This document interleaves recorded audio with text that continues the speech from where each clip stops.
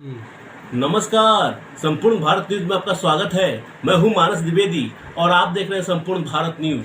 तो इस वक्त मैं पटना हाईकोर्ट के मशहूर वकील डॉक्टर उमा शंकर प्रसाद जी के आवास पे हूं और मैं आपको डॉक्टर उमा शंकर प्रसाद जी के बारे में बता दूं कि पिछले 52 वर्षों से पटना हाईकोर्ट में वकालत कर रहे हैं और दुनिया के तमाम बड़े बड़े नेशनल इंटरनेशनल सेमिनार्स में इन्होंने भाग लिया है। कानून के प्रति लोगों को जागरूक किया है, कानून के बारीक से बारीक कमियों को उजागर किया है। तो आइए बात करते हैं डॉक्टर उमा शंकर प्रसाद जी से। डॉक्टर उमा शंकर प्रसाद जी, संपूर्ण भारत न्यूज में आपका बहुत बहुत स्वागत है। धन्यवाद। आप पिछले 52 वर्षों से पटना हाईकोर्ट में वकालत कर रहे हैं। जी। कैसा लग रहा है इस समय आज की परिस्थिति में, और जब शुरुआत जब आपने किया था तो कैसा महसूस कर रहे हैं? दोनों में डिफरेंस तो बहुत है जी। हम्म। क्या? प्रोफेशन के स्टैंडर्ड में भी बहुत गिरावट आई है, जो पहले इस तरह का नहीं हुआ करता था। अच्छा। और नंबर भी पहले कम था, अब अनलिमिटेड नंबर है लॉयर्स का। तो ऐसी स्थिति में प्रॉब्लम्स तो यहाँ का भी बढ़ता ही रहे। अच्छा।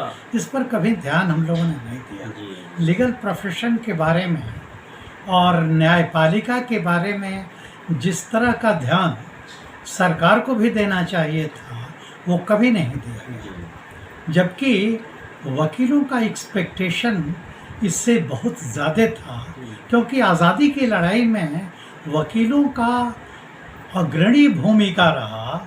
ऐसी स्थिति में तो इनका भी हक बनता था कि इनको भी आगे बढ़ने का मौका मिले और न्यायिक पद्धति में भी बहुत कुछ सुधार किया जाए और इनके बारे में भी सोचा जाए। जी। लेकिन लॉयर्स के वेलफेयर के सिलसिले में बहुत कम सोचा गया, या यूँ कहिए कि न के बराबर सोचा गया। बिल्कुल सर, मैं जब भी पटना हाईकोर्ट में गया हूँ, वहाँ के वकीलों से बातचीत किया मैंने, तो अक्सर मुझसे वकील जब मिलते हैं तो कहते हैं कि देखिए सरकार हमारी कभी कोई सूद नहीं लेती है, सरकार हमारी कोई खबर नहीं लेती है, हम लोगों को भी पेंशन की सुविधा मिलनी चाहिए। सरकार से वो कहते हैं कि हम लोग को सुरक्षा की सुविधा मिलनी चाहिए। वो वकीलों से मैंने कई बार बातें की हैं, तो कई बार वो अपनी कई तरह की समस्याएं गिनाते रहते हैं सर। तो इसमें कहाँ तक सच्चाई है, इस पर जरा प्रकाश डालिए। जो समस्याएं वकील की हैं, जिनके बारे में आपने कहा, मैं दावे के साथ कह सकता हूं कि समस्याएं इससे भी ज़्यादा गंभीर हैं। जी। लेकिन वकील एक ऐसा प्रतिष्ठित प्रोफेशन है, वकालत का एक ऐसा प्रतिष्ठित प्रोफेशन है कि अपने दर्द को हम लोग उस लेवल पर आके कह नहीं पाते। अभी कोरोना काल में वकीलों की जो स्थिति रही, तो मोस्ट ऑफ द लॉयर्स, उनकी स्थिति बहुत दयनीय रही। जी। खाने के मोहताज रहे। लेकिन हर तरह के लोगों के लिए व्यवस्था तो हुआ, लेकिन वकीलों के बारे में तो किसी ने कभी नहीं सोचा। कह दिया गया कि बार काउंसिल अपने लेवल से कुछ करे, लेकिन बार काउंसिल के भी लिमिटेड फंड्स हैं। उसके अंदर ह्यूज आर्मी ऑफ लॉयर्स को आप एक डिग्निफाइड तरीके से जीवन दे सकें, ये संभव नहीं होगा। सर, तो ये प्रोफेशन के जो इनिशियल डेज होते हैं वो बहुत हार्श होते हैं। पहले और आज में बहुत फ़र्क है और गवर्नमेंट को इस बात को बहुत गौर करना होगा और विथ एडेड एम्फेसिस प्रायोरिटी देनी होगी लॉयर्स को। अगर आप समझते हैं कि लॉयर एक इम्पॉर्टेंट पार्ट है समाज का और इस लीगल पद्धति का, तो वैसे सिचुएशन में उस तरह से ध्यान देने की ज़रूरत होगी। समाज में सर इंटेलेक्चुअल तबका माना जाता है, वकीलों को, प्रोफेसर्स को, पत्रकारों को, इन लोगों को इंटेलेक्चुअल तबका में आता है गिनती इनकी। तो सर, क्या आज मैं जब भी देखता हूँ कहीं कहीं कि हाईकोर्ट के वकील जो है उन्होंने रास्ता जाम कर दिया, अपनी मांग को लेकर पुलिस से भिड़ जाते हैं। कई बार हमें इस तरह की खबरें देखने को, सुनने को मिलती हैं सर। तो क्या वकालत का या वकीलों का स्तर गिरा है, या फिर क्या बात क्या है सर? नहीं, वकीलों के स्तर गिरने का सबसे बड़ा कारण ये हो सकता है कि नंबर पर कोई लिमिटेशन नहीं है।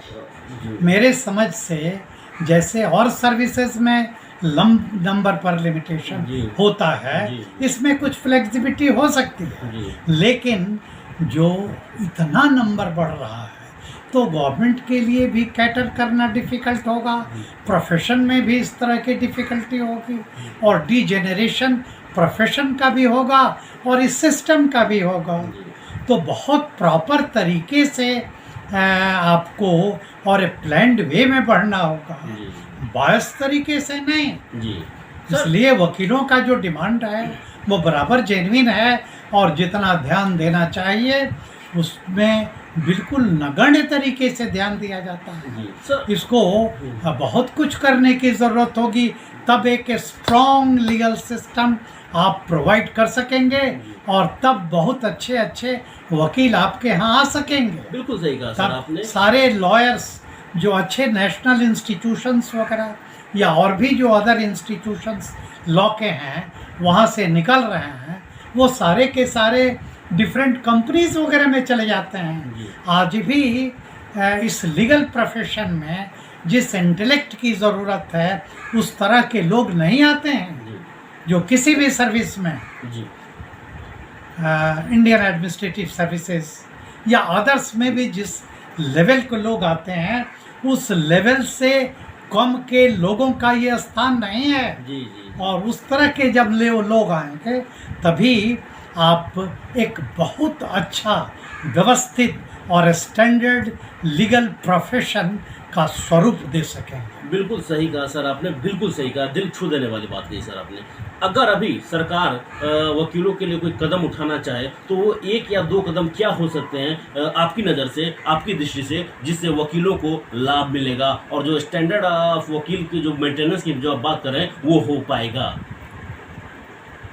इसके लिए पहली बात एक ज़रूर करनी होगी कि लिमिटेशन तो कुछ करना ही होगा नंबर्स, जी जी काफ़ी संख्या क्योंकि बढ़ गई है बहुत संख्या बढ़ गई है। और अनियंत्रित तो हो गई। इनके लिए एक तो आज आप अब नहीं कर सकते हैं, जी। जितने लोग प्रोफेशन में आ चुके हैं फिर उनके दूसरे जगह जाने के लिए तो फिर उनको भी कठिनाई होगी। जी, जी। और लेकिन तब है कि एवेन्यूज़ आप ओपन कर सकते हैं कि जहाँ भी आपके एम्प्लॉयमेंट की बात हो, जहाँ के लॉ की ज़रूरत है वहाँ आप प्रायोरिटी दे सकते हैं। जी। हर क्षेत्र में लॉयर्स को भी एब्जॉर्ब करने का। जी तो उससे होगा क्या कि उनकी स्थिति भी अच्छी रहेगी और लॉ के जानकार सर्विसेज में आएंगे तो वहाँ के लिए भी ये बेटर होगा। जी जी बिल्कुल। तो लेकिन किसी भी स्थिति में बहुत इंटेलेक्ट के लॉयर्स का इस प्रोफेशन में आना ज़रूरी है और उसके लिए उस तरह के लड़कों को जो लॉ इंस्टीट्यूशन से निकल रहे हैं उनको अट्रैक्ट करने की जो भी व्यवस्था हो सकती है उसको तो करना ही होगा। करना ही। और नहीं तो बहुत ऊंचाई तक हम इस प्रोफेशन को लेके नहीं जा सकते हैं, क्योंकि आज भी आपको अगर हम कहें तो जान के आश्चर्य होगा कि इंटरनेशनल आर्बिट्रेशंस वगैरह के मैटर में या इंटरनेशनल कोर्ट्स वगैरह में प्रैक्टिस करने वाले इंडियन लॉयर्स की इतनी भारी कमी है कि हम लोगों को इतने लॉयर्स के होने के बाद भी इंटरनेशनल आर्बिट्रेटर्स के मैटर पर हम लोगों को हायर करना पड़ता है डिफरेंट अदर कंट्रीज़ के लॉयर्स। अच्छा इट इज़ मोस्ट अनफॉर्चुनेट कि इस पर कभी ध्यान नहीं दिया गया। जी जी यहाँ के कोर्ट्स के बारे में भी वैसा ध्यान जैसा होना चाहिए वो नहीं दिया जा सका। जी हमारा नीड भी बहुत इम्पोर्टेंट है, जी लॉयर प्रोफेशन का नीड भी बहुत इम्पोर्टेंट है और बिना मेरिट के कोई भी प्रोफेशन आगे नहीं बढ़ सकता है। सिर्फ हम इतिहास की चर्चा कर सकते हैं, भविष्य के लिए जो इंस्टीट्यूशन खोले गए वहीं तक सारी बातों का अंत नहीं हो जाता है। प्रोफेशन में आने के बाद जितने हार्डशिप्स हैं उनके लिए व्यवस्था करने की ज़रूरत होगी। जी एक केपी वर्मा हमारे यहाँ एडवोकेट जनरल रहे, उनको हमने देखा कि लॉयर के वेलफेयर के लिए बराबर वो दौड़ते रहे, और उस समय chief minister doctor Jagannath Mishra हुआ करते थे, उसके लिए बहुत वो लगे रहते थे। ग्रुप भी लॉयर्स का एक बनाया था जिससे उनके वेलफेयर की बात सोची जा सके। जैसे कि इनिशियल स्टेज में बाहर के जो लॉयर्स आते हैं, यहाँ का जो स्टूडेंट है, लॉ स्टूडेंट है, अगर प्रोफेशन स्टार्ट करना चाहता है तो उसके लिए एक रेसिडेंशियल रेसिडेंस कम ऑफिस वगैरह की ज़रूरत होगी। इतना वो अफोर्ड नहीं कर हो सकता है कि बहुत जीनियस हो और इतना अफोर्ड न कर सके। तो ऐसी स्थिति में इस तरह के लोगों के लिए कुछ व्यवस्था करनी चाहिए। केपी वर्मा ने इस लाइन से सोचा था, लेकिन हम लोग इस लाइन पर, इस दिशा में काम नहीं कर सके। फर्दर उनके बाद उनकी सोच रही, बहुत कुछ किया भी उन्होंने, लेकिन बहुत दूर तक वो नहीं, क्योंकि उनका जीवन कट शॉर्ट हो गया एट द एज ऑफ 70 और समथिंग लाइक दैट। कुछ दिन और रहते तो वो कर पाते। और बराबर हमने देखा था कि लॉयर्स के वेलफेयर और इन सारे प्रॉब्लम्स के बारे में, रेसिडेंट्स के प्रॉब्लम, यहाँ पर जो रेसिडेंट लाइब्रेरी, जो लॉयर्स की बेसिक नीड है, इस सब के बारे में वो बराबर सोचते थे। और लॉयर को इन टाइम ऑफ क्राइसिस कुछ मदद मिल सके, जो नीड है उसका, ही कांट बी ट्रीटेड कि साहब या अपने को बहुत लो लेवल पर नहीं गिरा सकता है कि आपके दरवाजे पर मांगता रहे। इसके लिए स्टेट को एक प्रोविज़न करना होगा जिससे कि आप अच्छे लॉयर्स पैदा कर सकें।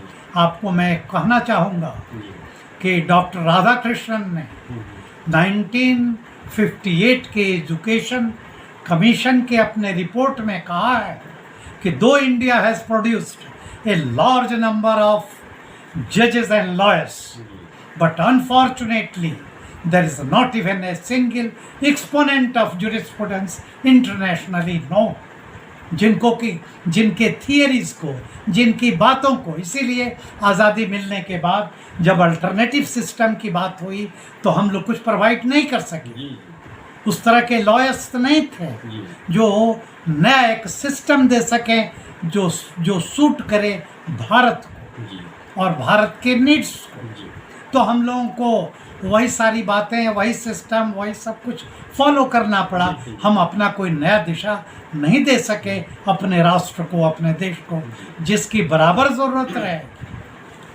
तो आपने सुना डॉक्टर उमाशंकर प्रसाद जी को, जो बता रहे थे कि जो वकीलों की जो बढ़ती संख्या है उसको लिमिटेशन करना ही पड़ेगा, उसको लिमिट करना ही पड़ेगा, और सरकार को वकीलों के वेलफेयर पर ध्यान देना ही होगा, क्योंकि वकील की अपनी एक लिमिटेशन है, वो उस तरह से नहीं गिर सकते हैं जैसा कि डॉक्टर उमाशंकर प्रसाद जी ने बताया।